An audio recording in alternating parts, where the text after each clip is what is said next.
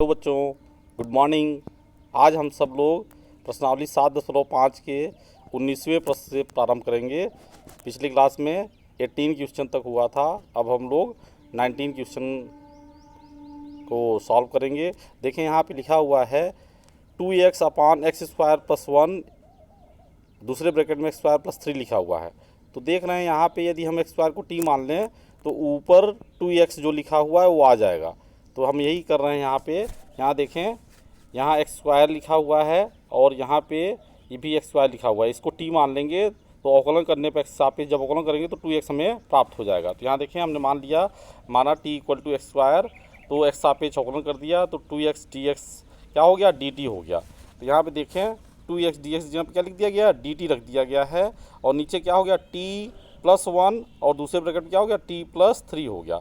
अब इसको हम आंशिक भिन्न की सहायता से तोड़ेंगे, इसमें दो पार्ट में ब्रेक करेंगे, a upon T plus 1 plus b upon T plus 3।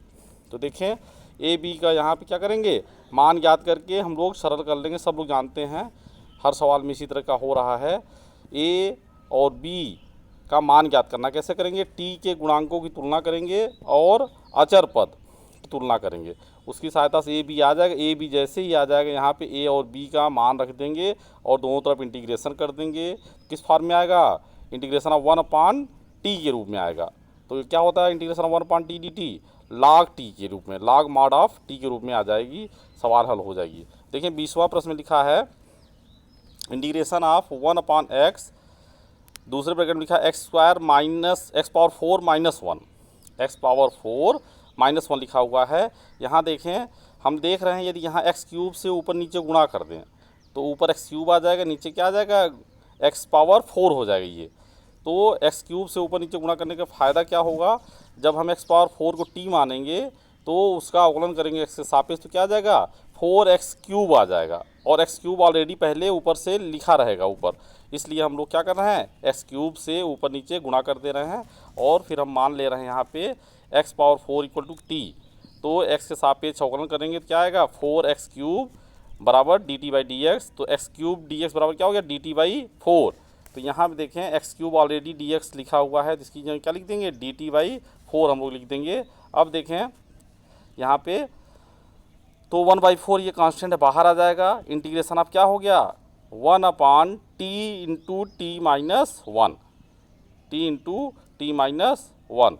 तो अब देखें यहाँ पे हम लोग, यहाँ देखें गलत लिखा हुआ है, t माइनस 3 लिखा हुआ है, यहाँ t माइनस 1 होना चाहिए। अब देखें क्या करेंगे, ब्रेक करेंगे कैसे, a upon T plus b upon T minus 1 के रूप में, a अपान टी और b अपान टी प्लस माइनस 1 के रूप में ब्रेक किए तो क्या हो गया, दोनों तरफ से लघुत्तम, यहाँ पे लघुत्तम ले लिए हम लोग, तो लघुत्तम क्या हो गया, t इंटू टी माइनस 1 लघुत्तम हो गया। दोनों पक्षों से हर को क्या कर दिए, काट दिए। तो काटने के बाद क्या हो रहा है, अब a के गुणांक और t के गुणांक और अचर पद की तुलना करेंगे। t के सारे टर्म को एक साथ लिख लिया गया, यहाँ पे t के सारे टर्म को एक साथ लिख लिया गया और अचर पद को एक साथ लिख लिया गया। फिर दोनों पक्षों में हम लोग क्या कर रहे हैं, t के गुणांक और अचर पद की तुलना कर रहे हैं। तो यहाँ देख रहे हैं t का गुणांक राइट हैंड साइड में a प्लस b है और यहाँ लेफ्ट हैंड साइड में t का गुणांक क्या है, 0 है। तो a प्लस b क्या हो गया, 0 हो गया।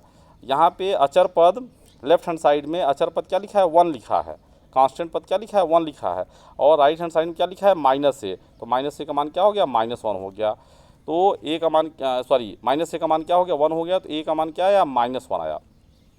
अब a का मान यहाँ पे रख दें तो b का मान 1 प्राप्त हो जाएगा हमें। तो फाइनली हमारा सवाल जो थी integration of 1 upon t into t minus 1 क्या हो गया, दो पार्ट में टूट गया। a का मान रख दिए यहाँ पे, b का मान रख दिए। देखें यहाँ a और b के रूप में हम लोग ब्रेक किए थे, अब यहाँ क्या कर रहे हैं, यहाँ a का मान -1 और b का मान 1 रख दे रहे हैं। तो उसके बाद क्या हो रहा है, देखें 1/4 भी साथ में चल रहा था। यहाँ ऊपर देखें 1/4 integration of D T upon t into t minus 1 था, तो यहाँ 1/4 जब लेंगे तो 1/4 दोनों में जाएगा और दोनों पार्टों का क्या कर दिए, इंटीग्रेशन कर दिए। इंटीग्रेशन कर दिए तो माइनस कांस्टेंट बाहर आ जाएगा। तो इंटीग्रेशन 1 अपान टी क्या होता है, log mod ऑफ टी होता है। यहाँ पे देखें 1/4 क्या हो रहा है, यहाँ पे देखें integration of 1 upon T minus 1 log mod of T वाले फार्मूले से हो गया। और यहाँ पे क्या कर रहे हैं, ये देखिए ये माइनस चल रहा था, इसमें ये माइनस था, इसको बाद में लिख लिए हम लोग और इस प्लस वाले को पहले लिख लिए हैं। तो 1/4 क्या है, कॉमन है। तो log mod of t minus 1 minus log mod of t plus C, ये आर्बिट्री कांस्टेंट है किसका, constant of integration. Arbitrary constant C जोड़ दिया जाता है, तो हमने जोड़ दिया है। यहाँ पे log a minus log b का फार्मूला लगने जा रहा है। log a minus log b क्या होता है, log a अपान b होता है। तो log a अपान b हमने यहाँ पे लिख दिया है। और t किसको माने थे ऊपर, x पावर 4 को हमने t माना था, तो t की जगह पे क्या लिख दिए, x पावर 4 रख दिए। तो ये हो गया हमारा 20वां प्रश्न। अब देखें हम लोग यहाँ पे 21वां प्रश्न देखें। 21वां प्रश्न में लिखा हुआ है इंटीग्रेशन ऑफ 1/e⁻x-1। अब यहाँ देखें e⁻x से यदि हम ऊपर नीचे गुणा कर दें तो जब हम e⁻x को t मानेंगे तो e⁻x आ जाएगा, अवकलन करने पर e⁻x आएगा, तो e⁻x यहाँ ऊपर लिखा रहेगा पहले से। तो इस काम को करने के लिए हम लोग पहले e⁻x से ऊपर नीचे गुणा कर दे रहे हैं। तो देखें e⁻x को यहाँ t मान लिए और अवकलन कर दिए सापेक्ष, तो e⁻x आएगा। तो e⁻x dx इक्वल टू क्या हो गया, dt हो गया। यहाँ देखें e⁻x dx ऑलरेडी लिखा हुआ है, तो इसकी जब क्या लिख दिया, dt। और यहाँ पे e⁻x को क्या माने थे, t, यहाँ पे भी t लिख देंगे, तो t इंटू t-1 हो गया। अब सवाल यहाँ पे हम लोग आंशिक भिन्न की सहायता से करेंगे। क्या करेंगे, a upon t plus b upon t-1 के रूप में ब्रेक कर रहे हैं। तो हमने लिखा यहाँ माना 1/t इंटू t-1 को क्या लिख रहे हैं, a अपान t और प्लस b अपान t-1। फिर क्या किए, लघुत्तम ले लिए। लघुत्तम लेने के बाद हर दोनों पक्षों से कट गया, तो ये क्या आया, 1 equal to at minus a plus bt। अब t वाले टर्म को एक साथ लिख लिया गया और अचर पद को एक साथ लिख दिया गया। फिर दोनों पक्षों में t के गुणांक की तुलना कर रहे हैं और अचर पद की तुलना कर रहे हैं। तो यहाँ देखें लेफ्ट हैंड साइड में t का गुणांक क्या है, 0 है। t यहाँ नहीं दिख रहा है कहीं लेफ्ट हैंड साइड में, तो t का गुणांक क्या हो गया, 0 हो गया। और तो यहाँ पे t का गुणांक क्या है, a प्लस बी का मान क्या लिख दिए, 0। यहाँ पे देखें कांस्टेंट पद 1 है, लेफ्ट हैंड साइड में कांस्टेंट पद क्या है, 1 है, जबकि राइट हैंड साइड में कांस्टेंट पद क्या है, माइनस a है। तो माइनस a का मान क्या हो गया, 1 हो गया। तो a का मान क्या हो गया, यहाँ से -1 हो गया। इसका मान यहाँ a का मान रख दिए, तो b का मान क्या आ गया, 1 आ गया। अब देखें तो सवाल जो हमारी थी 1/t इंटू t-1, ये दो पार्ट में टूट चुकी है। a का मान और b का मान हम लोग यहाँ पर रख दिए। a का मान -1 निकाले थे, b का मान 1 निकाले थे। तो दोनों तरफ हम लोग क्या कर रहे हैं, इंटीग्रेशन कर रहे हैं। तो माइनस क्या है, कांस्टेंट है, बाहर आ जाएगा, तो बचे क्या, 1/t dt। और यहाँ इंटीग्रेशन ऑफ 1/t-1 dt बचा। तो इंटीग्रेशन 1/t का इंटीग्रेशन क्या होता है, t के सापेक्ष log mod ऑफ t होता है। तो log mod ऑफ t हो गया। इसी तरह log mod ऑफ t-1 हो गया और आर्बिट्री कांस्टेंट c जोड़ दिया गया है, कांस्टेंट ऑफ इंटीग्रेशन। अब देखें log mod of t-1 minus log mod of t plus c है। माइनस वाले को बाद में लिख दिया गया, प्लस वाले को पहले लिख दिया गया, क्रम बदल दिया गया केवल। तो log a minus log b के रूप में लिखा हुआ है यहाँ पे। तो हम लोग क्या करेंगे, log a minus log b क्या होता है, log a अपान b होता है। तो log a अपान b के रूप में लिख दिया गया। फिर t हम क्या माने थे, e⁻x को माने थे, e⁻x यहाँ पे लिख दिया गया। अब देखें 22वां प्रश्न देखें, integration of x upon x-1 into x-2 dx। तो ये सब साधारण सा प्रश्न है, इसमें कोई दिक्कत नहीं है। देखें a अपान, इसको हम लोग मान रहे हैं आंशिक भिन्न के रूप में तोड़ रहे हैं, माना x अपान x-1 इंटू x-2 को क्या लिख रहे हैं, a upon x-1 plus b upon x-2। क्या किए, लघुत्तम ले लिए। लघुत्तम लेने के बाद दोनों पक्षों से हर को काट दिए और इसके बाद हम लोग x के सारे टर्म एक साथ लिख लिए और अचर पद को एक साथ लिख लिए हैं। फिर दोनों पक्षों में x से गुणांक और अचर पद की तुलना करें। यहाँ देख रहे हैं लेफ्ट हैंड साइड में x का गुणांक क्या है, 1 है।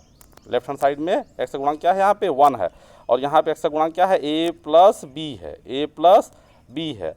और तो क्या हो गया, 1 इक्वल टू हम a प्लस b का मान क्या लिख दिए, 1 लिख दिए यहाँ पे। अब अचर पद यहाँ देखें लेफ्ट हैंड साइड में क्या है, कांस्टेंट पद क्या है, 0 है। कांस्टेंट पद नहीं दिख रहा, मतलब क्या है, 0 है। तो -2 यहाँ क्या है, राइट साइड में अचर पद -2a माइनस b। तो -2a माइनस b का मान 0 लिख लिए। तो यहाँ से a और b को हम लोग हल कर रहे हैं। और a और b को हल कैसे करना है, यहाँ देखें a का मान क्या निकाले, यहाँ से 1 माइनस b। a का मान यहाँ ले जाके हम लोग दूसरे समीकरण में रख दे रहे हैं। तो b का मान यहाँ से प्राप्त हो रहा है 2। फिर ये b का मान जब 2 प्राप्त हो गया तो a इक्वल टू क्या था, यहाँ 1 माइनस b। तो यहाँ पे b का मान 2 रख दिए, तो a का मान क्या आ गया, -1। तो सवाल हमारी अब दो पार्ट में टूट चुकी है। हम लोग ए और बी का मान यहाँ पे रख दे रहे हैं, ए का मान -1 और बी का मान 2। अब दोनों तरफ इंटीग्रेशन कर दे रहे हैं, तो माइनस ये कांस्टेंट था बाहर आ गया, तो integration of 1/x-1 dx plus 2 integration of 1/x-2 dx। तो सब लोग जानते हैं इंटीग्रेशन ऑफ 1/x क्या होता है, log x होता है, log mod x होता है। तो log mod of x-1 plus 2 log mod of x-2 plus C के रूप में लिख दिए। सी क्या है, आर्बिट्रेरी कांस्टेंट है, कांस्टेंट ऑफ इंटीग्रेशन। तो यहाँ देखें माइनस वाले को बाद में लिखा जा रहा है, प्लस वाले को पहले लिखा जा रहा है। अब एक चीज़ और देखें, यहाँ क्या है 2 लिखा हुआ है, देखें यहाँ जो 2 लिखा हुआ है इसको क्या ले जाते हैं, पावर में ले जाते हैं, घात।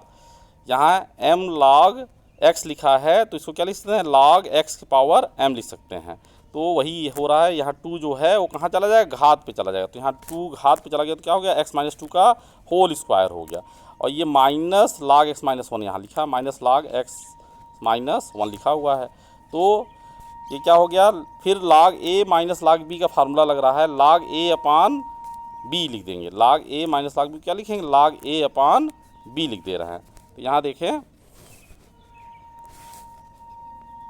तो ये हो गया हल हमारा क्या, log mod ऑफ x-2 का स्क्वायर अपान x-1। तो अब देखें 23वां प्रश्न देखें, लिखा है integration of 1/x into x square plus 1। तो यहाँ देख रहे हैं, यदि हम लोग x से ऊपर नीचे गुणा कर दें तो ऊपर x आ जाएगा, नीचे क्या हो जाएगा, एक्स स्क्वायर हो जाएगा।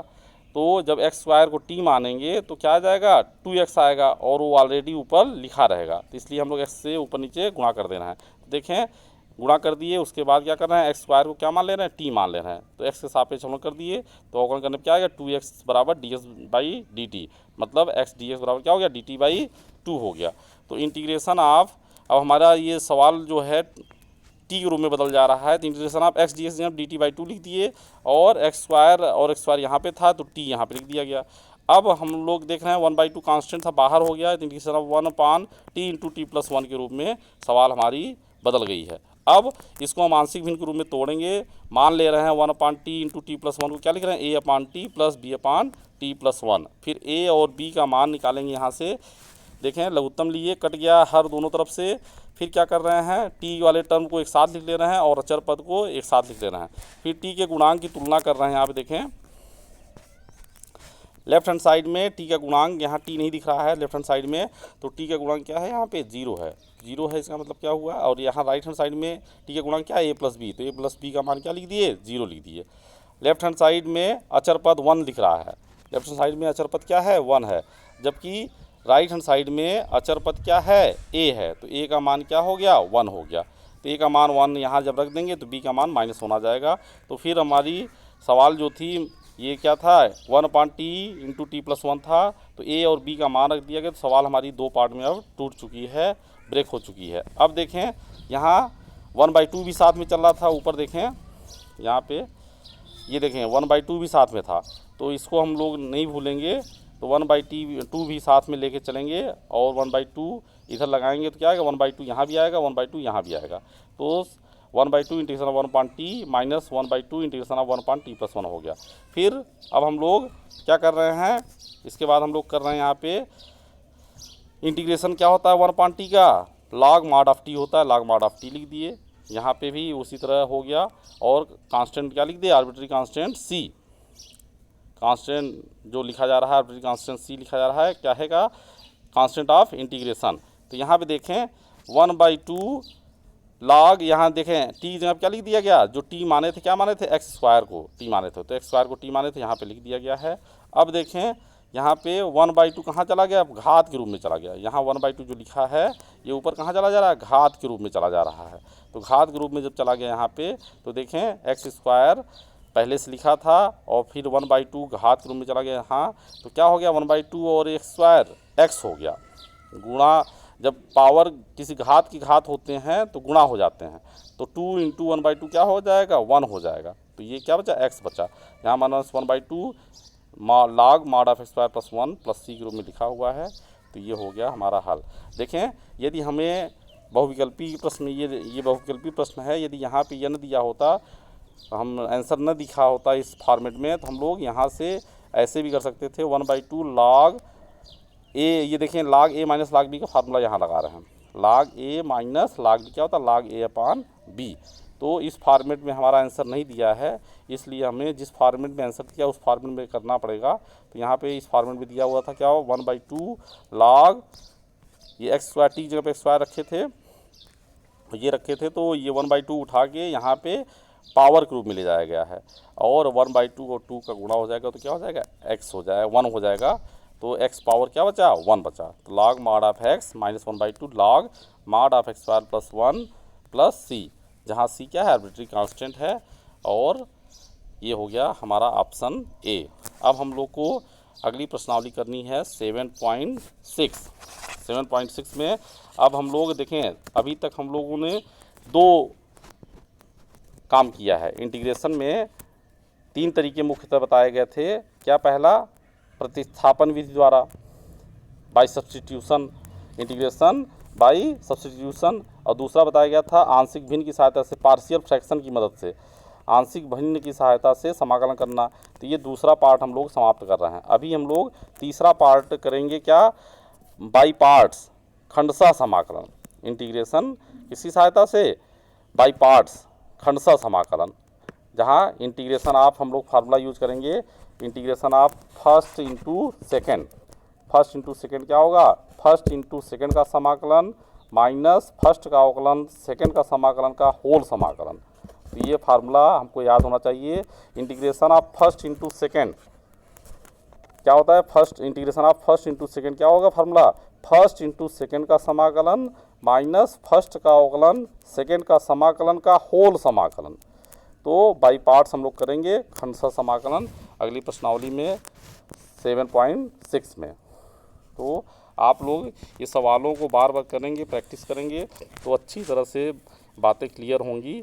और ये भी है कि किसी सवाल को मैं जिस तरीके से बता रहा हूँ, ज़रूरी नहीं कि वो सवाल केवल उसी तरीके से हो, कोई दूसरा तरीका भी हो सकता है, कहीं से दूसरा दिमाग में कोई बात आ जाती है तो उसको भी करके देखेंगे, और सवालें दूसरे तरीक़ों से भी की जा सकती हैं। तो ज़्यादा से ज़्यादा प्रैक्टिस करें। और मैं यहाँ उदाहरण नहीं बता पा रहा हूँ, उदाहरण आप लोग अपने से स्वयं करें, कहीं कोई दिक्कत नहीं आएगी। बार बार पहली बात सवाल करने के पहली बात फार्मूले एकदम याद होने चाहिए, फार्मूला अच्छी तरह याद कर लें। फिर उसके बाद हम लोग क्या करें, फार्मूला याद करने के बाद एग्जाम्पल करें। एग्जाम्पल के बीच में कुछ लाइनें जगह जगह पे लिखी होती नोट के रूप में, टिप्पणी के रूप में, उसको अच्छी तरह समझने की कोशिश करें, और कहीं कोई दिक्कत नहीं आएगी। और दिक्कत आती है तो आप हमसे बिना किसी संकोच के पूछ सकते हैं। धन्यवाद।